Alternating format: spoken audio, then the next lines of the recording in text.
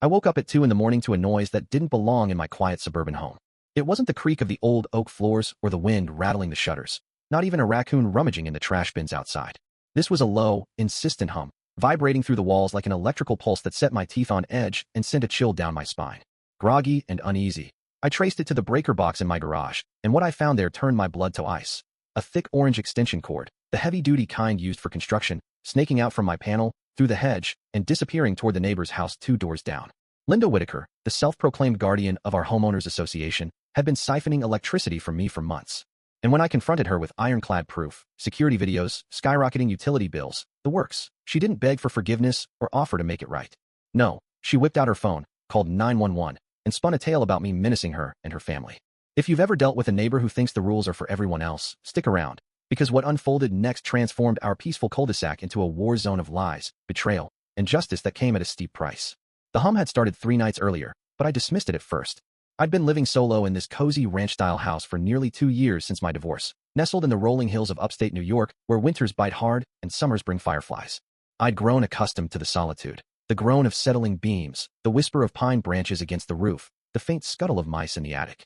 But this vibration was different, felt more in my bones than heard with my ears. On the 3rd night, it jolted me awake at 2:17 a.m., my heart pounding like I'd run a marathon. I padded through the darkened rooms, flipping on lights that seemed harsh against the February frost clinging to the windows. Living room, empty. Kitchen, nothing. My home office, cluttered with freelance writing notes and half-finished reports for clients, was silent. But the hum persisted, omnipresent and mocking. Standing in the hallway, palms pressed to the cool walls, I realized it was coming from outside. I stepped onto the porch without a coat, the cold slamming into me like a bucket of ice water. Fog hung thick in the air, muffling the distant glow of streetlights and turning neighboring houses into ghostly silhouettes. The breaker box was mounted on the side of the garage, behind a metal door I'd rarely opened. The hum was louder here, almost aggressive. And there it was, that orange cord, thick as a garden hose, emerging from the panel and vanishing into the junipers along the property line. I stared at it, breath fogging the air, my mind racing for innocent explanations. Maybe a temporary setup for the neighborhood holiday lights? Or some association project I'd missed in the emails. But deep down, I knew better. The fresh boot print in the mud, size 8, with a sharp tread, told a different story. And the faint whiff of scorched plastic? That sealed it. Someone had tampered with my setup, and not long ago. The violation hit me like a gut punch. This wasn't petty theft. It was an invasion, someone creeping onto my land while I slept, helping themselves to what was mine. I retreated inside, heart still racing, and did what I always do in crisis, turn to the facts. My utility bills were neatly filed in a drawer, sorted by month, a habit born from post-divorce organization. October, 240 kilowatt hours. November, 380. December, 520. January, 615. The spike was undeniable, unrelated to any new gadgets or habits. I hadn't cranked up the heat. My routine was as steady as ever, the predictable life that had bored my ex into leaving. By 4 a.m., I had bills spread across the kitchen table, calculator in hand, building a spreadsheet that felt like armor against the unknown.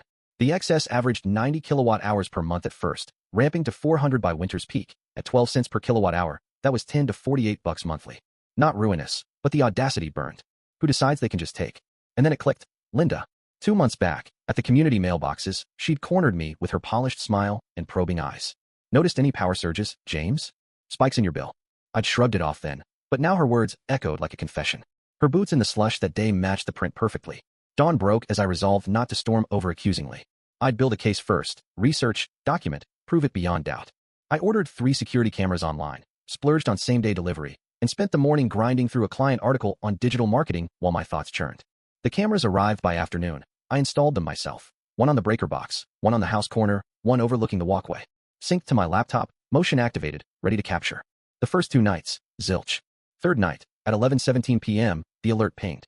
Camera 2 showed her, Linda Whitaker, in a dark coat and sturdy boots, flashlight in hand, striding confidently to my panel. She opened it, fiddled inside for 4 minutes, glanced around, and slipped away. The footage was crystal, her face lit by the beam, gloves on, every detail time-stamped. I replayed it thrice, a cold resolve settling in. She'd been at this for months, ramping up as her heating needs grew, certain she'd never be caught. I backed up the video everywhere, drives, cloud, email. Then, in daylight, I traced the cord, through bushes, over the fence, across the green space, straight to her garage. Peering through a crack, I saw it. A massive water heater, a bulky space heater, industrial lights, all plugged in, humming on my dime. Back home, I expanded the spreadsheet. Dates, consumption from my smart meter, footage screenshots, weather data for correlation, estimated wattage. The patterns aligned flawlessly, cold snaps equaled my bill spikes. It was airtight, courtroom ready. But victory felt hollow. I knew people like her didn't fold, they fought dirty. Saturday morning, I rehearsed lines in the mirror. Too vague, too harsh, too meek. Settled on direct. I know what's going on, and it needs to stop. Clean shirt on, phone loaded with evidence. I walked the short distance to her pristine colonial home. Lawn manicured despite the chill, hedges razor straight. Sign reading, The Whitaker Residence, Est. 2014. Doorbell chimed a fancy tune. She answered with a mug labeled Neighborhood Watch Leader and a smile that screamed performance. James, what brings you by? Everything okay? Her concern was scripted. I stayed on the stoop. We need to discuss the electrical line from my house to yours. A flicker crossed her face. Calculation, then feigned confusion. What line? Power issues. I played the video. She watched 5 seconds, then erupted. You're spying on me? That's invasive. I held firm. It's my property, showing you tampering at night. Explain. She set the mug down deliberately. I was checking for hazards. As association chair, it's my duty. The lie was polished, but I pressed. At 11 p.m.? And the cord to your garage. Her eyes hardened. I know nothing about that. Accusations like this damage reputations in our close-knit community. The veiled threat hung heavy. I can prove it, I said evenly, listing my evidence. That's when she dialed 911. There's a man at my door, threatening me, filming illegally. I'm terrified. Disbelief froze me as she performed vulnerability for the dispatcher, her gaze on me cold and strategic. A truck door slammed. Robert, her husband, home from errands, looking worn as ever. What's this? Linda adjusted. James is accusing us of theft, spying on our home. Robert glanced between us, then at his shoes. I told you not to, he muttered. Grenade dropped. Linda's facade cracked. You don't know anything.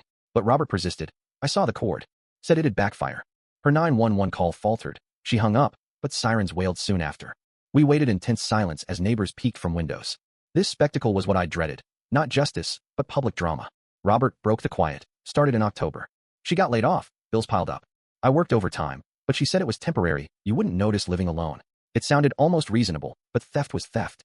Linda glared betrayal. The police arrived, lights flashing. Officer Riley, mid-40s and world-weary, assessed us. Linda launched in. He's harassing us with illegal cameras. I showed the video silently. Riley's brow furrowed. Ma'am, is this you? She pivoted, checking a gas leak. Robert shook his head. No leak. She's been hooking up for months. Riley shifted to investigator mode, had me lead them to the cord. He photographed. I shared the spreadsheet. A utility inspector joined, tracing, measuring, pro job, months old. Fire risk. Estimated loss, $80 to $96. Riley faced Linda.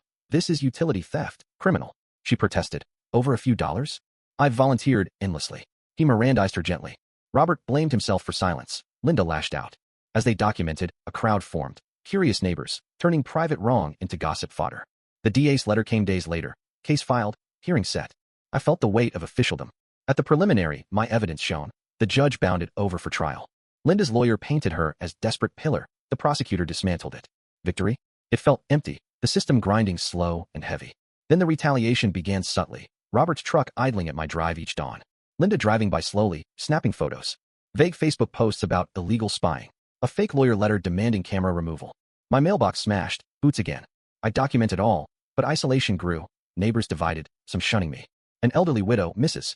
Evelyn Carter, brought cookies and stories, past victims of Linda's bullying. You're not alone. Footage caught Linda rifling my mail, federal crime. Arrest followed. GPS ankle monitor, no contact order. But escalation peaked at 3:14 a.m. Alert showed her at my boundary with a stranger, gesturing wildly. He stole from me, she ranted as he backed off. Police arrived. She broke down, arrested again for intimidation. Community shifted. Families offered statements on her patterns. At a meeting, discussion turned supportive. Guidelines matter, no one above rules. I spoke. I just wanted peace, but she forced escalation. Agreement rippled. Plea deal, guilty to theft, fines, restitution $800, 200 community hours, probation, counseling, 5-year order. Sentencing done. I skipped, but statement urged reflection. Spring thawed. Robert moved out. House foreclosed. Bills normalized. 238 kilowatt hours. Picnics healed divides. Folks thank me for upholding standards. Life resumed, cautious, but mine. What do you think about the injustices and potential for violence in everyday disputes like this? Share your opinions in the comments. Take a stand on how we handle bullies and seek fairness. Your views could spark important conversations.